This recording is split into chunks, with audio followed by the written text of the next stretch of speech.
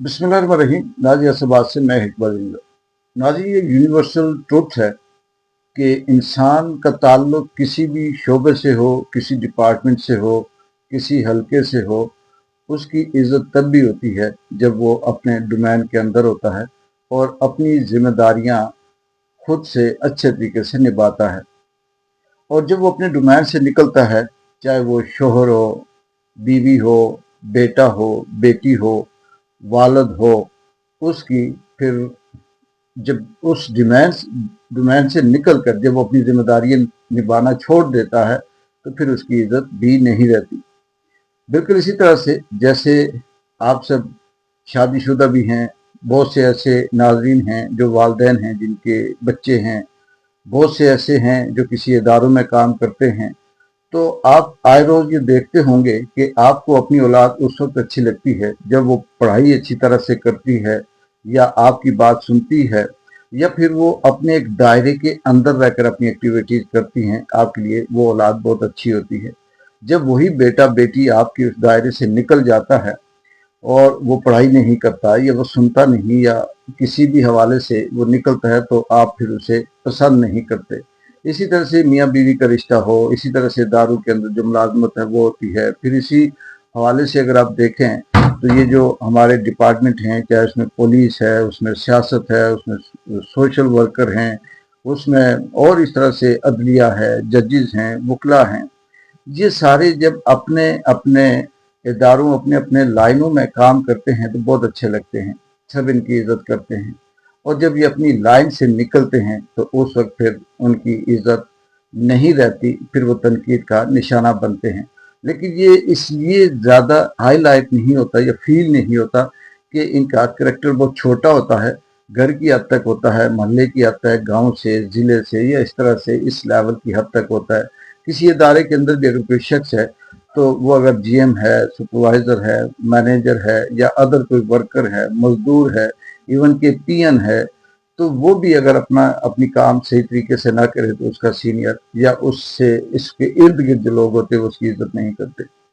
तो वो छोटा दायरा होता है या उनका जो हल्का अहबाब होता है वो कम होता है, इसलिए फील नहीं होता। तो यही चीज़, इसी को उठाकर आप नेशनल लेवल पे, मुल्की लेवल पे जब अप्लाई करते हैं तो फिर पता चलता है कि असल पाकिस्तान के अंदर कहानी क्या चल रही है, जंग क्या है। इस वक्त पाकिस्तान के अंदर उथल पुथल हुआ है, उधम मचा हुआ है। उसका यूट्यूब चैनल बंद कर दें, उसको उठा दें, उसको बैन कर दें, उसे मुल्क दुश्मन करार दे दें। अभी तक स्टिल ये जो इंडिया ने हमला किया, इसके बावजूद भी पाकिस्तान के अंदर सेम वही सारा सिलसिला चल रहा है जो पहले 3 साल से था। कोई इसमें तब्दीली नहीं आई, कोई इसमें बेहतरी नहीं आई। और ये एक जैसे होता ना कि किसी पेशेंट की अगर हम बात करें, किसी शख्स की बात करें, किसी मैच की बात करें, किसी मुकाबले की बात करें, तो हम यही कहते हैं कि बेटा तब लायक होगा कि वो इम्तहान में पास होगा, या फलां तब हम तुम्हारी सलाहियत को मानेंगे कि तुम इस सलाहियत से ये वाला कप या ये इनाम जीत कर लाओ, या हम तब कहेंगे कि तुम बहादुर हो, तुम अखाड़े से जीत कर आओ। तो इसी तरह से पाकिस्तान के अंदर जो चीज़ इस वक्त जो सियासी जंग चल रही है पिछले 3 साल से, एक तरफ एक दम से ये कहना शुरू कर दिया जाता है कि इमरान से बात हो रही है, वो रिहा होने वाला है, अभी नेगोशिएशन हो गई, फिलहाल कोई बड़ी वीआईपी शख्सियत उससे मिल के आई है। फिर उसी तरह से वक्त गुजरता है और कुछ दिनों के बाद पता चलता है कि मजीद फिर खबरें चेंज हो जाती हैं, सख्ती हो गई, पानी बंद हो गया, बिजली बंद हो गई, कूलर बंद कर दिया जेल का, या फिर से पीटीआई के लोगों को उठा दिया। तो ये सारे का सारा सिलसिला इस नतीजे की या इस चीज की गमाजी करता है कि पाकिस्तान के अंदर बदला कुछ भी नहीं है। इसका अगर हम ये कहें कि पाकिस्तान की सियासत सही हुई या नहीं हुई, रियासत के लोगों ने कुछ सीखा या नहीं सीखा, 2 बजे उठकर स्विमिंग करने वाले मुल्क जंग की हालत में है, अवाम भूखी मर रही है, खौफ व हिरास फैला हुआ है, इंडिया बमबारी कर रहा है, और हमारे वज़ीर-ए-आज़म जाकर 2 बजे उठकर अपने तालाब में, अपने स्विमिंग पूल में नहाते हैं और फिर क्या क्या वो करते हैं। तो इससे ये लगता ये है कि ये नॉन सीरियस किस्म का एटीट्यूड اور پھر نان سیریس قسم کی یہ حکومت جب تک عمران خان رہا نہیں ہوتا، جب تک عمران خان کے کیسوں کی سماعت نہیں ہوتی، جب تک عمران خان کی اپیلیں نہیں لگتی، جب تک عمران خان جیل سے باہر نہیں آتا، جب تک عمران خان سیاسی لحاظ سے ایکٹیو نہیں ہوتا،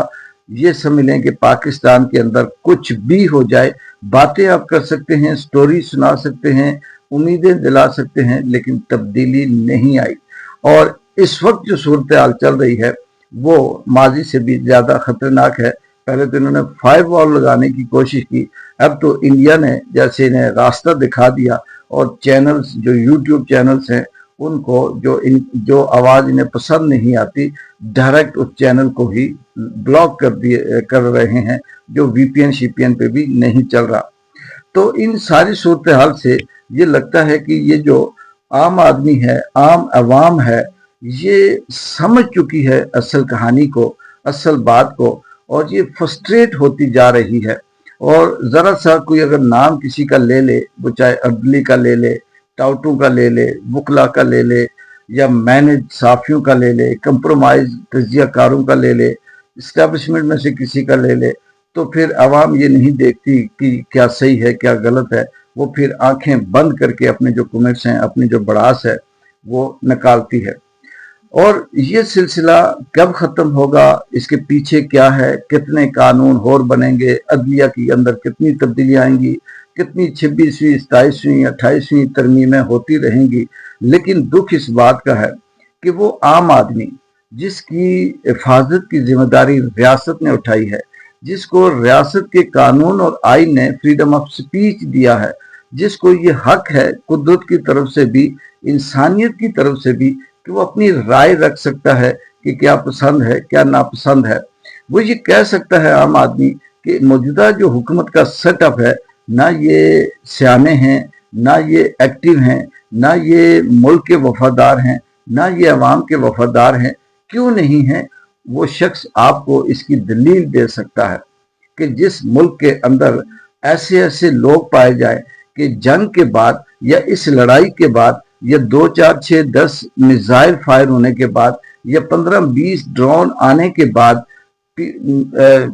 پیپلز پارٹی والے یہ کہیں کہ یہ ہم اپنے بلاول ہاؤس کی کنٹرول روم سے سب کچھ چیک کر رہے تھے، اور نون لیگ والے یہ کہیں کہ ہم نے جاتی عمرہ میں بیٹھ کر یہ سب پلان کیا، اور مریم نواز یہ کہے کہ یہ جو جہاز اڑ رہے تھے یہ نواز شریف نے بنائے، یہ جو ڈرون تھے اس کا جو